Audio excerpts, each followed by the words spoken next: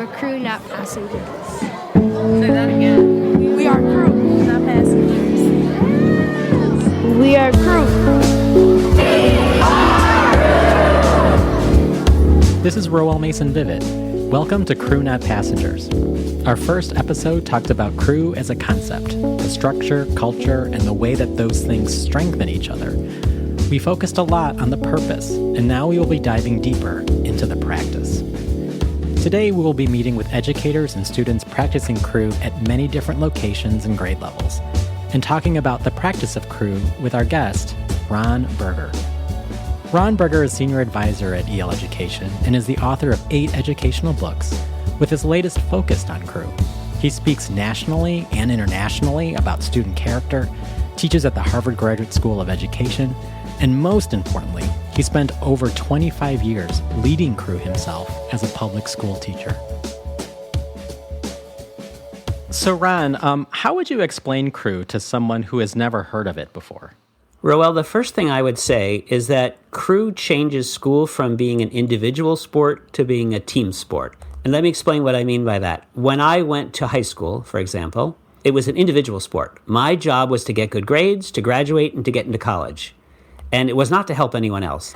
On the other hand, when I played team sports in high school, or when I was in a play, or when I was in an orchestra or band, or was a part of the school newspaper, it was a team sport. My job was to help everyone around me. If we didn't all do well, we wouldn't succeed. And so crew is an engine for changing school into, it's not just about me, it's about us. We're all going to help each other get into college. We're all going to help each other graduate. We are all going to help each other succeed. That's our job here, not just to look out for ourselves individually. And when school becomes a team sport rather than an individual sport, it lifts everyone at the same time. The other thing I would say is crew is 2 things. It's a culture of teamwork, and it's also a structure. And if you're an elementary teacher, that structure looks like a morning meeting, but done more deeply and often extended through the day to a closing meeting or to other meetings during the day. If you're a secondary teacher, crew is like an advisory period, but most schools have an advisory period once a week, once a month, once a semester. And crew is a daily advisory period where you sit together in a small group and you're totally honest with each other about how you are socially, emotionally, where you discuss hard issues, and where you also push each other to succeed personally and academically. So crew is sort of your support and accountability group every day in your secondary school. You were talking about sort of the culture as well as the structure around crew and what it might look like elementary and secondary. And I know that most people in terms of structures, when we think about it, we think about the different parts. And with crew, we think about the greeting, the reading, the activity, and debrief. And I thought for our conversation, Ron, if you'd be up for it, that we would sort of structure our conversation around that crew structure. Sure. And the learning targets are, I can explain crew as a practice. And our second learning target is going to be, I can reflect on crew practices in my own experience. For our greeting, the prompt or the question is around, what is a passion that you have from outside that you bring into your work around crew? Well, this is something that I share with you, Roel, and not so many people that I know in the world, but a little bit of a hidden or dark side of my past is that during the 1970s, I was obsessed with disco dancing.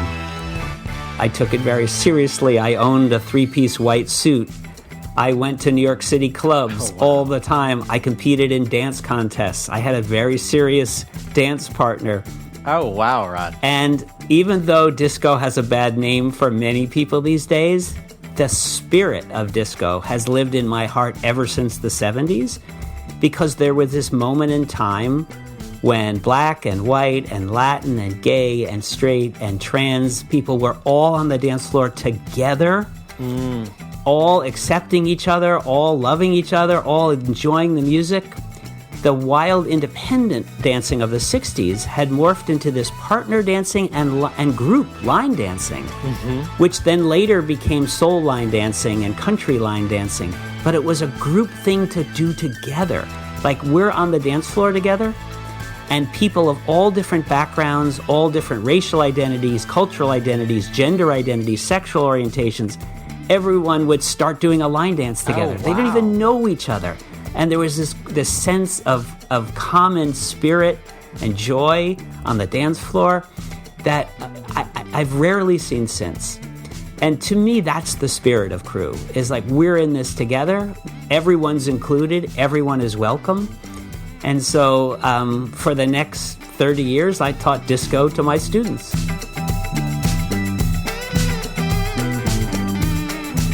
I saw you light up talking about disco, and I can make those connections. I share a passion in dance that informs my work around Crew, around hip-hop dancing, urban dance. I belong to what we call a dance crew. And so they even use the same terminology of like, you belong to a dance crew. And the fact that we have this culture with each other where we look out for each other, and that we actually support each other. One of my favorite things about being a part of the dance crew is the freestyle circle. Is that every single time we get together as a crew, we just get music going, we circle up ourselves, and people take turns going into the center of the circle doing their freestyle. You got people that have tremendous gifts. They could be breaking, they could be whacking, they could be just showing their grooves, and you just see people's superpowers in different ways, and expressing themselves not just in their movement, but in their facial expressions, as well as what they're wearing, and people could just be free. You and I share this passion for dance, but crew leaders all over that you and I have met share all kinds of their other passions with their crews. Even as we talk about sharing parts of ourselves, and as we did just right now, sometimes it's a little bit hard to do that, to like have the vulnerability to say like, am I good enough to do this? And is it worth something? Yes, Roel, what that makes me think is when most of us think back on the teachers we had over the years, often the teachers that are most memorable to us were ones who brought some passion in themselves for their subject, for something in life that they shared parts of who they are in a way that we really connected with. And that is very much true of crew. A lot of crew is just the spirit and culture that you bring to your crew, and that's you.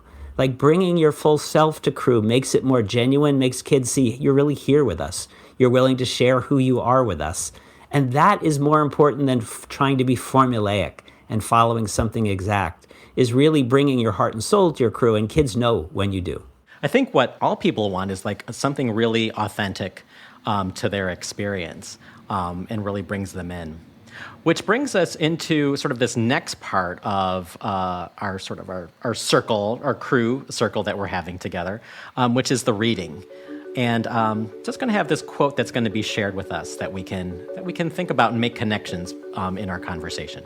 It matters a lot what your identity is, because people respond to you in different kinds of ways depending on your identity, and you come to understand yourself in different kinds of ways based on your identity. And the notion of an integrated identity is, how do you create the conditions where somebody can really kind of bring their full selves into a learning environment, and it is not dissonant or conflicted with the identity they're expected to take up in school. So crew is a particular context that I think creates the opportunity for belonging rather than inclusion, if we really take to heart the idea that we are crew, not passengers. And crew, you are actively participating in the direction that the boat is going. You're actively participating in the creation of the experience that's happening there. This was a quote from Camille Farrington, a researcher at the University of Chicago Consortium on School Research. As you know, Ron, her academic mindsets framework has been really foundational in our work, particularly our thinking on crew. Well, Roel, I love this quote and this work of Camille for a couple reasons. One is the affirmation of how much our identities and having our identities feel that they're valued really matters for every kid and for all of us. Because all teachers know and all parents know that if your child or your student does not feel like they belong, that they're accepted, that they're valued, they'll never really put their heart into their work and into their learning. You have to feel like this is a place where I can be my best self, my full self. And for so many students, school doesn't feel like that place. So they hold themselves back. It may be on the football field that they feel like I can be my real self, or in their church choir, or helping my grandmother after school, or taking care of my younger two siblings, or at my after-school job. Or, there's so many other places where in my group of friends, like I can really be myself, I can put my full heart. But then those kids come into school and they think school is not a place where I can even let people know I'm on the church choir. I have this group of friends. I'm on this football team. I take care of my grandmother. That I hide that part of who I am in school. And this notion that Camille has of integrated identity is school could be that place where you can say, I'm actually all of those things. Like I take care of my grandmother and I play football and I'm in my church choir and I have my group of friends on the street. And I can also be a good student here in high school. Like I can be all of those things at once and not be ashamed of any of them. Like it's okay to integrate those things into a full sense of who I am. And school's a place where I can really be myself. That was never the case for me in high school. Like I would just say, I hid so much of who I was in high school and my background and what happened outside. And that was true of almost everyone I knew. And so it's shocking and powerful for me when I go into EL middle schools and high schools that use Crew as a structure and find that kids are willing to be fully honest about who they are, that they talk about all the different parts of who they are and don't see that as a weakness, but as a strength, that they can integrate those parts of their identity. And Crew is what makes that possible, because that's the place where you learn to have the courage and get the support to actually share who you are as a full person. I love this idea of the integrated self, which really makes me think about just the idea of integrity. It's more than just doing the right things, but actually being your full self is what that challenge is. In this quote, there is this idea of being your full self, but also discovering who your full self is in that Crew circle. What does it require for students to support each other in helping them learn more about who they are and who their full being is? Well, one of the first things I think it takes, Roel, is some courage and confidence on the part of a Crew leader to model bringing their full self as much as is comfortable and possible for them. So I will give you a particular example. I led Crew for 28 years with my own public school students. And I knew that many of my students came from homes of real trauma. And that's a hard thing for a kid to admit, or especially to talk about among peers. So every year, at some point, when it was relevant, I would share that when I grew up, many of my family members, including my mother and my siblings, struggled with mental health. My mother was hospitalized. She fell apart. I had to go live in other homes for a while. Yeah. And then other kids would say, oh my God, Mr. Berger, I have that. Like my mother struggles with, or my brother struggles, or my father struggles with mental health. Because if I could have the courage to mention that, other kids would. And once one kid opens their heart and shares that that's hard for them, then other kids feel like it's safe for them to do as well. It could be even parts of themselves that they've never thought about fully. Their own sense of their sexual orientation or their gender identity or their strengths in life or their fears about their weakness or their body image, things like that. They may not even face those things, but because other kids are facing them, it gives them the courage to actually open up.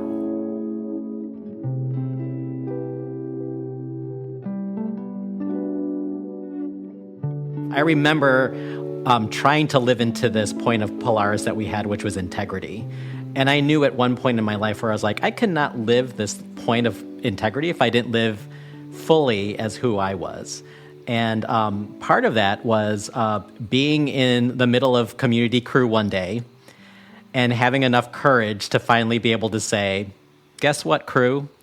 I'm getting married. And I'm getting married to my husband, which for me leading up to that was such a fear-inducing thing for me. I was like, is my community going to be ready for this? And I will never forget a kindergartner who came up to me afterwards, and she's like, I have this question for you, Mr. Vivit. It's really important. I was like, sure. And will there be cake at your wedding? And I said, of course there's going to be cake. She was like, oh, thank goodness. Okay, so happy. Congratulations for you. But what was significant was even later on down the line, a Polaris student coming up much later and just saying, hey, Mr. Vivit, I just needed to let you know that when I saw you come out at that moment in front of the community crew, that changed me and allowed me to step into who I am. When we discover ourselves and put ourselves there, that we allow other people to step into their beauty, into their full selves as well. So, but it takes, as you said, tremendous courage to be able to do that. As a crew leader, you can't. There's a process to this. You can't just open your heart right away with your crew. It's going to take you time to feel comfortable, to have the courage to share things as you're ready, and it's going to take students time. It may take months, it may take years for certain students to really open up to who their true hearts are, but being patient with that and building a trusting environment really pays off. Ron, thank you so much for that reflection on Camille Farrington's quote for our reading. And so that brings us into this next part of our crew circle, which is the activity. Before we start, Ron, into our own activity around these learning targets, I'd like to step back for just a second to give some background about what the activity portion of a crew is. Can you just give some examples of what crew activities or initiatives would be during this portion? Sure. Roel, I actually am very fortunate that I get to travel around the country and step into crews of little kids, of older kids, and often they engage in a wide range of different kinds of main activities for the crew that might be 15 minutes long. It might even be 30, 40 minutes long, depending on what the crew setting is. But sometimes those are what we call initiatives, which are sort of collaborative games where kids are trying to solve a problem by all getting each other over something or through something, or working with blindfolds, or working with some interesting collaborative game where they laugh and they tease each other and they work together, and then they figure out, how do we do this together? How do we all succeed in this? But that's just one example. I go into other crews where kids are sitting and working on their financial aid forms for colleges, and this is a prep time of how do you fill out your financial aid forms? How do you support your parents to help with this process? Or where they're preparing their college essays, or role-playing college interviews together, or working on their resumes. I walk into other crews where it's an academic reflection time, where kids have gotten out all their portfolios and their work, and they're having honest conversations with peers about, what am I struggling in? How am I doing in all my classes? Where do I need extra help? So it could be a very academic time. I've walked into other crews where kids are having courageous conversations about issues in the world or issues in their school at the moment, where they're processing conflicts or hard things that have happened in the world or in their school. And when there's a crisis in a school, for whatever reason, it could be a national crisis that they're feeling, or it could be a crisis that happened right within the school. Crew is the place where people get together right away to process that and talk about it and make sense of it and figure out how to deal with it productively together. So it is a widely diverse use of that time. That main activity could be something that happens every week. It could be a Literacy Tuesdays where we're all reading together and sharing the books we're excited about. It could be a College Prep Fridays where we're always working on our college stuff. It could be a Game Mondays where we're always doing crazy games outside. But it also, that activity can be a place where it can be responsive to the moment. And so if there's something that happens in a student's life, or in this life of the school, or in the world, or in their community, Crew is a place where you can get together and have that trusting and honest conversation about what's going on and how can we deal with that. I mean, I visited your school, Roel, when a valued member of the broader community of the school, someone who had been a basketball coach that many of the kids knew, had been killed. And every upper grade crew was discussing that issue. Because once it got around the school, kids, it hurt. It hurt for so many kids. And in a typical school setting with no crew, where do you talk about that? Like on the playground, after school, on the bus, like where do you have a chance to process your pain and your fear when someone you love or someone you admire is killed? Yet crew was that place. And so crew can be a structured activity, and it can also be a responsive place during that time to have hard conversations about what you need to. What you just said right now makes me think of how students have said they could count on crew. They knew that, you know, if something had to be talked about, they could count on that space being there.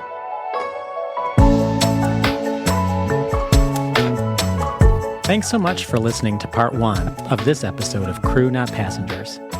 In part 2, Ron and I will speak to students and educators at schools across the country about the practice of crew, hear recordings of crew meetings from a variety of grade levels, and debrief our learning. You can hear the full podcast and learn more about implementing crew through EL Education's Crew Navigator. This interactive course will give you tools and strategies to understand, prepare for, practice, and improve crew at your school. A link to this course can be found in the episode description. I am your host, Roel Mason-Vivit. Our guest today was Ron Berger. Original music, audio engineering, and mixing on Crew Not Passengers is by Sean Brennan. This episode was produced and edited by Rosa Gaia. Content advising for this project came from Elizabeth Marsh, Tiffany Fick, Sarah Norris, Natalie Cooper, and Katie Schneider-Gumaran at EL Education.